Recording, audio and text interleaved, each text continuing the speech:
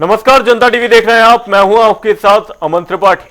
मैं हूं आपके साथ खुशबू पांडे। मुख्यमंत्री योगी आदित्यनाथ अयोध्या के मिल्कीपुर पहुंचे, जहां उन्होंने 83 परियोजनाओं का लोकार्पण और शिलान्यास किया है।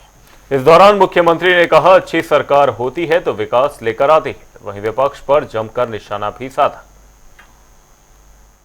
उत्तर प्रदेश आज जो विकास की दौड़ में देश के आर्थिक विकास का ग्रोथ इंजन बन करके उभरा है। याद करिए, 2017 के पहले यही उत्तर प्रदेश भारत के विकास का बैरियर माना जाता था।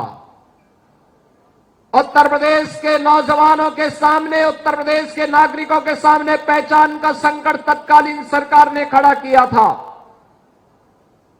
अराजकता उत्तर प्रदेश में चरम पर थी।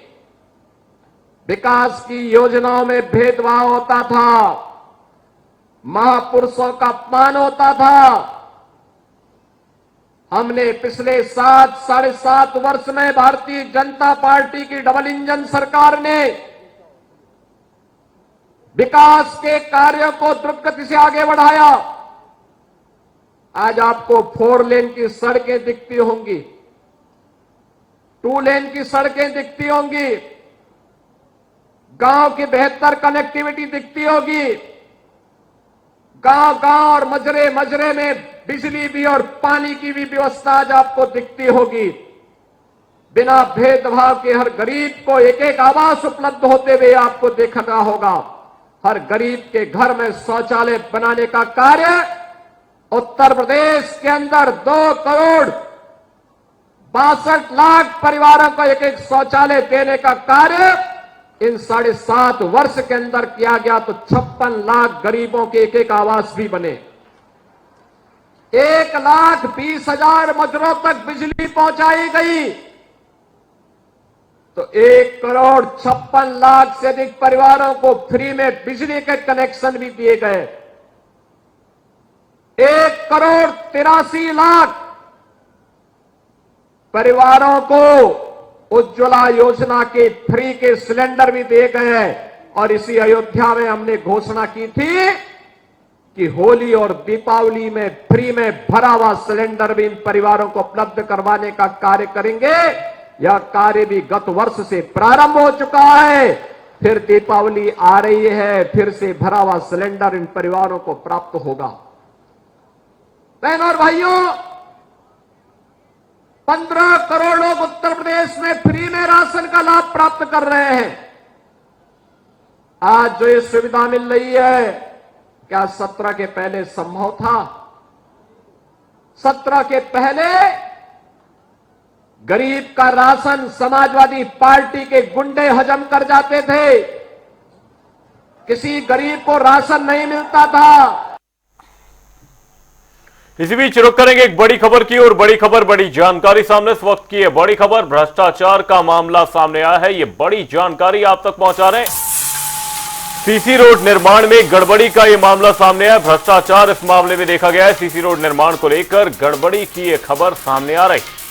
तो पुरानी टाइल्स के रोड पर निर्माण किया गया है। ठेकेदार ने बिना जेसीबी डाले बनाई है रोड। आपको बता दें कि शिविर के ढक्कनों को भी सीसी डालकर ये बंद किया गया है। विभाग अभियंताओं पर भ्रष्टाचार के ये गंभीर आरोप लगे हुए हैं। तो भ्रष्टाचार का मामला ये सामने आया है। आपको बताते चलें कि सीसी रोड निर्माण को लेकर गड़बड़ झाला देखा गया है। पुरानी टाइल्स की रोड पर ही इस दौरान निर्माण किया गया। साथ ही आपको बता दें, ठेकेदार ने बिना जीएसपी डाले ही रोड बना दी। सीवर के ढक्कनों को भी सीसी डालकर बंद किया गया। विभाग अभियंताओं पर इस दौरान भ्रष्टाचार के आरोप लगाए जा रहे हैं। भ्रष्टाचार का यह मामला सामने आया है। तो सीसी रोड निर्माण में गड़बड़ी देखी गई है। बताते चले आपको कि पुरानी टाइल्स की रोड पर ही निर्माण कर दिया गया है। सामने आया, ठेकेदार ने बिना जेएसबी डाले ही रोड बना दी। आपको बता दें, सीवर के ढक्कनों को भी सीसी डालकर बंद किया गया। इसी खबर पर तमाम जानकारी के साथ हमारे सहयोगी अंकुश जायसवाल हमारे साथ फोन लाइन पर बने हुए हैं। अंकुश, आपसे जानना चाहेंगे, सीसी रोड निर्माण में गड़बड़ी का यह मामला सामने आया, फिलहाल क्या कुछ अपडेट इस मामले में सामने आ रही है? देखिए अमन की ये ग्रामीण अंचल विभाग का जो है मामला है, जहां पर त्वरित विकास योजना के अंतर्गत कार्य कराना जाना था। यहाँ पे ये लखनऊ का अंबरगंज वार्ड है, जहां पर त्वरित विकास योजना के तहत कार्य होना था और इसकी मॉनिटरिंग वहाँ के जो अवर अभियंता है, जूनियर इंजीनियर, उनको करनी होती है। लेकिन जिस तरीके से जानकारी मिल रही है कि जो ठेकेदार द्वारा मनमानी की गई और पैसे की बर्बादी, क्योंकि जो रोड जहां पे इंटरलॉकिंग बनी हुई थी उसको जो टाइल्स लगी थी इंटरलॉकिंग के जरिए उसको निकाला नहीं गया और उसके निकालने की जगह पर उसको उसी के ऊपर सीसी डाल करके पूरा बंद कर दिया गया। तो एक प्रकार से कहा जाए कि सीसी रोड की भी जो पैसा लगा है ये सरकार का पैसा है और इसको बर्बाद किया जा रहा था। और जो सीवर के ढक्कन लगे हुए थे उस ढक्कन के ऊपर भी सीसी रोड डाल दी गई, यानी कि जो ढक्कन है उसको भी सीसी रोड के जरिए जो है बंद कर दिया गया था। अब आगे आने जो समस्याएं होंगी, क्योंकि अगर सीवर के ढक्कन पे रोड बन जाएगी तो जब जो चौक की समस्या हो जाती है कभी कभी, तो वो लोग कैसे जो है उसको सही करवा पाएंगे। तो ये भी एक बड़ा समस्या लोगों ने बताया, वहाँ के क्षेत्रीय लोगों ने, कि उनके जो सीवर के ढक्कन थे, उनके घरों के बाहर जो सीवर के ढक्कन थे उनको भी रोड के द्वारा बंद करा दिया गया। तो ये एक बड़ा मामला है अनियमितता का ग्रामीण अभियंता विभाग का। हालांकि इस मामले में डायरेक्टर से बात हुई है, उन्होंने जांच कराने की बात कही है। अमन, अंकुश, जिस तरह से अभियंता पर पूरी तरह से गाज गिरी हुई है इस गड़बड़ झाला को लेकर के, क्या और भी कोई अधिकारी इसमें संलिप्त है? देखिए, मॉनिटरिंग करनी होती है। अगर अभियंता को वहां पर एक्सेल से बात हुई थी, एक्सेल ने भी कहा है कि इसकी जांच हो, इसकी बात जो है वो संज्ञान में ये मामला आया है और इसकी जो है वो जानकारी कर रहे हैं, क्योंकि ठेकेदार ने बिना जानकारी के वहां पर रात में ही सीसी रोड का निर्माण कार्य कराया है, तो उसका भुगतान रोक दिया जाएगा और संबंधित फर्म के खिलाफ आगे कार्रवाई की जाएगी। तो अब कार्रवाई क्या होती है, संबंधित फर्म को क्या जो है ब्लैकलिस्ट किया जाएगा या उसके खिलाफ FIR की जाएगी, ये तो आगे पता चलेगा। लेकिन जिस तरीके से वहां पे सीसी रोड डाली गई, क्षेत्रीय लोग काफी परेशान है और कहीं ना कहीं सरकार के पैसे की बर्बादी है। बहुत शुक्रिया अंकुश तमाम जानकारी साझा करने के लिए। तो सीसी रोड निर्माण को लेकर गड़बड़ी पाई गई है और आपको बताते चले कि पुरानी टाइल्स की रोड पर ही निर्माण किया गया है और इतना ही नहीं, ठेकेदार ने JCB डाले बनाई रोड भी बना दिया है, शिविर के ढक्कनों को भी सीसी डालकर बंद कर दिया गया है। और खबर बीजेपी पिछड़ा वर्ग मोर्चा के प्रदेश अध्यक्ष और राज्य मंत्री नरेंद्र कश्यप ने कांग्रेस और अखिलेश यादव पर जमकर निशाना साधा है। उन्होंने कहा है कि कांग्रेस का आरक्षण पर भ्रम जनता समझ चुकी है। साथ ही ऐलान किया है कि आरक्षण बचाने के लिए कांग्रेस के विरोध प्रदर्शन भी करते हुए लोग नजर आएंगे। चूंकि हमें उत्तर प्रदेश के तमाम पिछड़ों को, क्योंकि जो फीडबैक है, जो ओबीसी समाज के लोगों से निरंतर संवाद और संपर्क हो रहा है, सब चाहते हैं कि हम ओबीसी मोर्चे के इस आंदोलन में सम्मिलित हों, तो पूरी तैयारी से, व्यापकता के साथ, एक सफलता के साथ हम आंदोलन कर सकें। इसके लिए तैयारी का समय कुछ चाहिए था, वो हमने लिया। हम लगातार ओबीसी समाज के लोगों में उस षड्यंत्र का पर्दाफाश कर रहे हैं और लोग अब इस बात को समझ गए हैं कि सच्चाई राहुल गांधी जी की, अखिलेश यादव जी की, कांग्रेस मानसिकता की सामने आ गई है कि ये मोदी जी पे आरोप लगाते जरूर हैं, लेकिन आरक्षण का विरोधी ये खुद हैं। इसलिए लोगों के समझ में अब सब आ गया है। मोर्चा और हमारी पार्टी ने उस सच्चाई को धरातल पर लाया है, जिसका असर आने वाले 10 सीटों पर होने वाले उपचुनाव में देखने के लिए मिलेगा। तो वहीं लखनऊ नगर निगम के 15वें वित्त बजट में बैठक में कई प्रस्तावों को मंजूरी मिली है। आपको बताते चले कि लखनऊ नगर निगम 160 करोड़ की लागत से विकास करेगा। वहीं नए पार्क का निर्माण किया जाएगा। साथ ही औरंगाबाद में 33 करोड़ की लागत से वर्किंग वुमेन हॉस्टल बनाया जाएगा, जिसको लेकर हमारे संवाददाता TN मिश्रा ने लखनऊ की महापौर सुषमा खरकवाल से खास बातचीत की है। क्या कुछ रहा इस बातचीत में, ये रिपोर्ट देखिए। लखनऊ शहर के विकास के लिए लगातार काम हो रहा है। कल जो है 15वें वित्त आयोग की बैठक में निर्णय लिया 160 करोड़ रुपए करीब खर्चा किए जाने हैं। इन 160 करोड़ से लखनऊ की सड़कें चाक चौबंद की जाएंगी। तमाम सीवरी प्लांट जो यहाँ का है वहाँ पर फाउंटेन लगाया जाए ताकि लोगों को और बेहतर महसूस हो, और साथ ही शहर में पेयजल के लिए भी और सीवर लाइन के लिए व्यवस्था की जा रही है। मैं मेयर सुषमा खरकवाल जी हैं, उनसे जानना चाहूँगा कि शहर के लिए क्या क्या बेहतर कर रही हैं। पेयजल में हम लोगों ने 40 करोड़ रुपया दिया है। कुछ स्टील के टैंकर खरीदने हैं, 30 टैंकर स्टील के खरीदने हैं, क्योंकि लोहे के टैंकर में पानी भरते हैं तो जंग सा हो जाता है, तो पीने लायक नहीं होता है। तो ये निर्णय लिया गया कि हम स्टील के टैंकर खरीदें और नलकूप लगाए जाएंगे।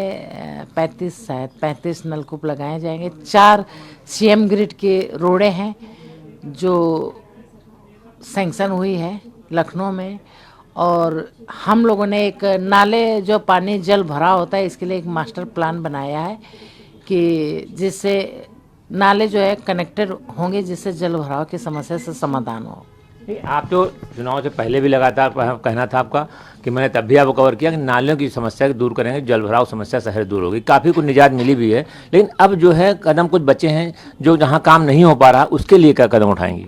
उसके लिए प्लान बन रहा है और प्रयास ये है कि पूरा लखनऊ में एक मास्टर प्लान बने हर चीज़ का, क्योंकि हम लोग जो प्लान बनाते हैं वो यहीं पे आज के लिए सोचते हैं, और जगह बाहर विदेशों में 50 साल आगे के लिए। अब हमारे अगर सीवर के पाइप पड़े तो इतने मोटे पड़े हैं, अगर अब वो पहले एक घर था वो 4 मंजिल हो गया, उतना लोड पड़ गया, ये सोच करके नहीं करते हैं। तो इसलिए मैंने नगराइज प्लान बनाए जिससे समस्या का समाधान हो, जल भराव से निजात मिले। बहुत बड़ी समस्या है लखनऊ में जल भराव, और कूड़े पे भी हम लोगों ने काफ़ी काम किया है। जोन 8-5-2 का टेंडर भी पड़ चुका है। अक्टूबर से उसकी शुरुआत हो जाएगी काम की, और बाकी 5 जोन का पहले ही हो गया था काम। एक और जो है लगातार देखिए सफाई स्वच्छता अभियान में आपने भी हिस्सा लिया, नगर विकास मंत्री भी गए, उन्होंने भी जो है बांस बल्ली चलाई, नालियाँ साफ की। तो ये अभियान और कितना का सफल होगा आगे? नहीं, अभियान हम लोग तो लगातार स्वच्छता पे लगे रहते हैं। 2014 में जब से भाजपा सरकार आई है तब से 17 सितंबर से 2 अक्टूबर तक एक पखवाड़ा होता है जिसमें हम लोग सारे कार्यकर्ता, भारतीय जनता पार्टी का बड़े से बड़ा छोटा से छोटा कार्यकर्ता इस पे लगता है साफ सफाई के उसमें। देखिए गोमती नगर में साहित्य पार्क बनाने का हमने निर्णय लिया है। इसे साहित्यकारों की प्रतिमा वहाँ लगेंगी, उनकी जो और यादगार तस्वीरें लगेंगी। क्या ऐसे कोई और पार्क भी बन रहे हैं? हाँ, एक तो बन रहे हैं, 2-3 पार्क बन भी चुके हैं, अभी आगे भी तैयारी है। मैंगो पार्क एक बन रहा है बहुत बड़ा, एक मनोरथ गौशाला बन रही है, वो भी बहुत खूबसूरत बहुत अच्छा बन रहा है। देखिए सुषमा खरकवाल जी, इनका सीधे से कहना है कि लखनऊ के विकास में कोई कमी नहीं छोड़ी जाएगी, और लगातार जो पार्क है, चाहे सीवर सफाई हो और चाहे अन्य मुद्दे हों, पब्लिक की बात जो है लोग सुनी जाती है। लगातार उनका जनता दरबार भी लगता है, तो ये 11 साढ़े 11 बजे तक यहाँ लोग मिलते भी रहते हैं और जो समस्याएं आती हैं उनका समाधान भी किया जाता है। कैमरा पर्सन रियाद के साथ TN मिश्रा, जनता TV, लखनऊ। प्रयागराज में लगने वाले महाकुंभ मेले को लेकर लखनऊ रोडवेज के MD मासूम अली ने बताया कि प्रयागराज में पर्यावरण मुक्त मेला होगा, वहीं साथ ही महाकुंभ में 7000 चकाचक बसें चलेंगी। तो बताते चले कि रोडवेज तैयारी को लेकर हमारे संवाददाता TN मिश्रा ने रोडवेज MD मासूम अली से खास बातचीत की है। क्या कुछ कहा, सुनिए जरा। रोडवेज के MD मासूम अली सरवर जी हैं, मैं उनसे जानना चाहूँ सर, जो है इस बार जो क्या क्या जो है ऐसा रहेगा कि जिससे कुंभ मेले में लोगों को बेहतर जो सुविधा मिल जाए? महाकुंभ हमारे लिए बहुत बड़ा एक आध्यात्मिक और सांस्कृतिक उत्सव की तरह है, जिसमें करोड़ों लोग श्रद्धा भाव से महाकुंभ क्षेत्र में आते हैं। माननीय मुख्यमंत्री जी द्वारा स्पष्ट निर्देश दिए गए हैं कि महाकुंभ में आने वाले श्रद्धालुओं को किसी भी प्रकार की परिवहन से संबंधित कोई समस्या न हो। हमारी सारी बसें बिल्कुल कंडीशन में हो, हमारे चालक एवं परिचालक पूरी ड्रेस में रहें, उनका व्यवहार अति उत्तम हो। हमें 7000 बसों की व्यवस्था करनी है। महाकुंभ के अवसर पे हम लोग लगातार इस पर काम कर रहे हैं, हमारे अधिकारी और कर्मचारी लगातार इसमें काम कर रहे हैं। अस्थायी बस स्टेशन का निर्माण लगभग पूर्णता की कगार पे है, और जो अन्य प्रयागराज महाकुंभ क्षेत्र में जो भी परिवहन निगम की व्यवस्थाएं होती हैं इस महीने के अंत तक हमारी वो कंप्लीट हो जाएंगी। बसों के जो हमारी नई बसें आई हैं वो, और इसके अलावा जो अभी माननीय मुख्यमंत्री जी द्वारा 1000 करोड़ रुपए महाकुंभ को दृष्टिगत रखते हुए परिवहन निगम को बजट में उपलब्ध कराया गया है, उसके लिए हमारे ऑर्डर हो चुके हैं बसों की। ये बसों का डिलीवरी शुरू हो जाएगी बहुत जल्द, और आने वाले दिनों में महाकुंभ को हम लोग ऐतिहासिक, अविस्मरणीय, दिव्य, भव्य एवं प्रदूषण मुक्त कुंभ बनाए। लगातार जो है ये धरना प्रदर्शन चल रहा था इन लोगों का, जो है मृतक आश्रितों का। अभी आपने बताया कि अब निगम फायदे में आ गया, तो अब इनकी नौकरी क्या उम्मीद है? देखिए, धरना प्रदर्शन लोकतांत्रिक व्यवस्था में हर किसी को ये अधिकार है, लेकिन जो शासन की जो स्थापित प्रक्रिया है उस प्रक्रिया का विचलन तो नहीं किया जा सकता, अन्यथा अराजकता की स्थिति उत्पन्न हो जाएगी। तो मैं आपके माध्यम से उन लोगों से अनुरोध करना चाहता हूं कि निगम ईश्वर की कृपा से निगम लाभ में है, और निगम के स्तर पे, शासन स्तर पे, प्रत्येक स्तर पे उनके लिए बहुत ही पॉजिटिव सोच है। हर स्तर पे उनके लिए काम किया जा रहा है। तो वो निगम परिवार के सदस्य हैं, परिवार के सदस्यों को भी परिवार की स्थिति को दृष्टिगत रखते हुए सहयोग प्रदान करना चाहिए। जब इतने दिनों तक उन्होंने इंतजार किया है तो कुछ दिन और वेट कर लें, लेकिन ये धरना प्रदर्शन न करें, क्योंकि इससे एक नकारात्मकता उत्पन्न होती है। तो मेरा उनसे यही अनुरोध रहेगा कि सारी कार्रवाइयां चल रही हैं, बस एक ऑडिट होना है, ऑडिट भी हो जाएगा 30 सितंबर तक, उसके बाद शासन को प्रस्ताव भेजा जाएगा और शासन स्तर से हम उम्मीद कर रहे हैं कि इस पे पॉजिटिव निर्णय होगा। रोडवेज बसों के लिए चल रहा है कि आप अभी ट्रेनों की तर्ज पर इनकी हर समय जो है पोजीशन मिल जाएगी, कहाँ बस चल रही है, इसके लिए कब तक सुविधा मिल जाएगी?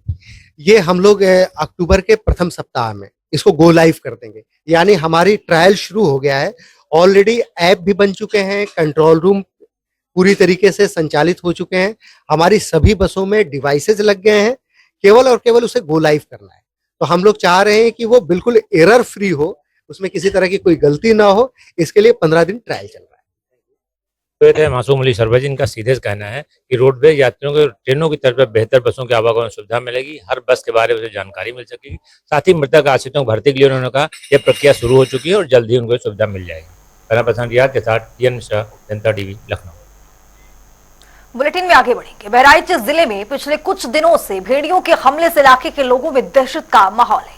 आपको बताते चले कि हमलों में कई लोग की मौत हो चुकी है और 60 से ज्यादा लोग घायल हैं, जिसको लेकर राजधानी लखनऊ में बहराइच के कई पीड़ित परिवार समाजवादी पार्टी के राष्ट्रीय अध्यक्ष और उत्तर प्रदेश के पूर्व मुख्यमंत्री अखिलेश यादव से मिलने पार्टी के मुख्यालय पर पहुंचे, जहां पर हमारे संवाददाता तौकीर किदवाई ने पीड़ित परिवार से खास बातचीत की है। क्या कुछ कहा, सुनिए।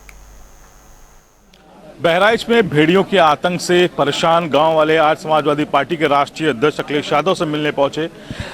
दोहरी समस्या से ये इस समय जूझ रहे हैं। एक तो बाढ़ का कहर है, दूसरी बात वहां पर भेड़ियों की जो दहशत है उसकी वजह से इनका घर से निकलना भी मुहाल है। ये महिला हैं जो बहराइच से आई हैं, आप इनके चेहरे को देखेंगे तो ये जो निशान आपको नजर आ रहे हैं ये भेड़िए के हमले के हैं। कहाँ से आई हैं आप? ये महासी सिंघिया से। ये निशान जो है आपके चेहरे पे जो जख्म है ये भेड़िए ने दिए? हाँ जी, भेड़िए काटी से तब ने चिल्लाया है तो मकई में गिर गया, सब कोई दौड़ लिया और दौड़ते ना तो नटाई काट देते। आप पे ही हमला किया था कि बच्चे पे किया था? नहीं, हम रहे कि हमला किया था, बच्चे ने ही हमला किया था। बच्चे वो सर बच्चे है, वो गोद में बच्चे हैं। ये कब हुआ था आपके साथ? ये आज 4-5 दिन हो गया साहब। कुछ मदद मिली सरकार की तरफ? कोई मदद नहीं मिली, तब तो आपके पास आए थे यहाँ पर। कोई इलाज में मदद, उसके बाद कोई मदद? कोई नहीं मदद मिली थी। ये अस्पताल में इलाज कराते हैं। देखिए, ये इसके अलावा ये जो तस्वीरें आप देख रहे हैं ये सब उसी गांव के आसपास के बहराइच के लोग हैं।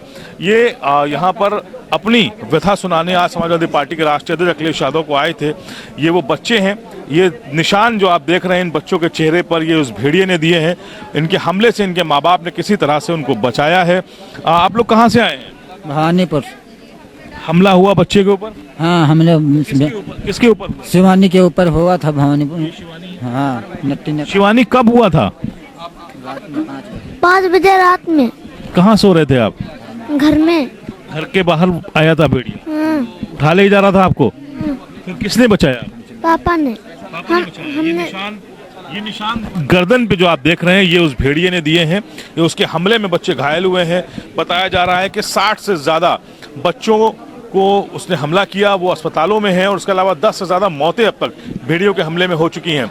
सरकार के दावे अलग हैं, लेकिन अखिलेश यादव के दफ्तर पहुंचे ये जो परिवार हैं, जो आप ये सभी लोग बता रहे हैं कि इनके पास जो आंकड़ा है वो सरकार से अलग है और उसमें 60 से ज़्यादा लोग इसमें घायल हुए हैं और भेड़ियों का आतंक है। साथ में पानी का वहाँ पर स्तर बढ़ा हुआ है, इसकी वजह से परेशानी वहाँ पर लोगों को झेलनी पड़ रही है।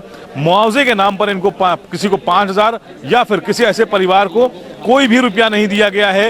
ये लोग कह रहे हैं कि ये इसी वजह से आज गुहार लगाने सपा मुखिया अखिलेश यादव के पास पहुंचे थे। चाचा, आप लोग कहां से आए हैं? बहराइच से। बहराइच में जहां पर भेड़िया का जो पकड़े गए कई भेड़िए, तो क्या अभी भी दहशत है वहां पे पूरी तरह से? अभी है साहब, अभी है दहशत। अभी दूसरे तीसरे दिन छत के ऊपर रहते हैं, दूसरे तीसरे दिन दिखाई जरूर देते हैं। आप लोग अपने आंखों से देखे हुए हैं? जी देखे, हम लोग अपनी आंखों से देखे हैं, पीछा भी किए हैं। तो वन विभाग की टीम जो हमारे मौके पर पहुंची तो वो गन्ने में घुस गया। जॉइंट कैमरा भी उड़ाया गया लेकिन पकड़ में नहीं आया। बच्चे पे हमला हुआ था? बच्चे पे हमला हो गया था। इसको 200 मीटर हम लोग पीछा करके इसके गन्ने के खेत के बगल से छीन के लाए। जी, आपने इसको बचाया था? जी बचाया हमने। तो उसके बाद क्या उस एरिया से भेड़िया अभी भी उसी तरह? भेड़िया अभी इसी एरिया में है और लगातार उसका पीछा किया जा रहा है, लेकिन पकड़ में नहीं आ रहा है। उसके बगल में 2-3 किलोमीटर पहले एक गांव में पकड़ा गया था एक, लेकिन हम लोग रात में पंजा को देखते हैं कि मतलब सुबह जब सो करके उठते हैं जब, तो बाहर जब अपने घर के अगल बगल देखते हैं तो उसके पग के निशान मिलते हैं। वन विभाग वाले जाते हैं, उसको देखते भी हैं और पीछा करते हैं लेकिन नहीं पाते हैं। क्या नाम बेटा आपका? अजीत। अजीत, कब हुआ था आप पर हमला? क्या कर रहे थे आप उस वक्त? सो रहे थे या बाहर थे घर के? सो रहे थे। सो रहे थे। तो रात में हमला किया। ये देखिए, ये निशान जो आपको दिख रहे हैं गर्दन पर, ये उस भेड़िए के निशान है और ये उस निशान उस दहशत के भी हैं जिसकी वजह से ये पूरे परिवार अपने घरों से नहीं निकल पा रहे हैं। इनको राशन पानी की दिक्कत हो रही है, इनको सरकार की तरफ से मुआवजा नहीं मिल रहा, ना इनको राशन मिल रहा कि अपने घरों में दुबके हुए हैं। एक लंबा समय हो चुका है, भेड़ियों की दहशत उन इलाकों से अभी तक कम नहीं हुई है। बताया यह भी जा रहा है कि अभी भी वहां पर इलाके में कई ऐसे भेड़िए हैं जो रात में दिखाई भी देते हैं, बच्चों के ऊपर हमले भी कर रहे हैं। सरकार पहल भी कर रही है, रेस्क्यू टीम भी लगाई गई है, लेकिन उसके बावजूद जो गाँव के लोग हैं, या यूँ कह सकते हैं कि कैमरा पर्सन आशीष के साथ तौकीर की दुबई, जनता टीवी, लखनऊ। तो फिलहाल इस बुलेटिन में अभी के लिए इतना ही। देश और दुनिया के तमाम खबरों के लिए बने रहिए जनता टीवी के साथ। नमस्कार।